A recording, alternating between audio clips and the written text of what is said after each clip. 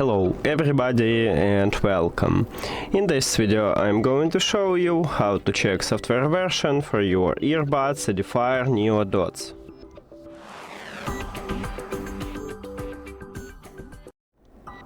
You have to start by open EDIFIER Connects application. And of course you need to add these earbuds to the app. If you don't know how, you can check a video at this channel. Now, we need to go to the settings at the right top. And right here we have firmware. Firmware is the same as software, so this one is software version and you can check it right here. That's it.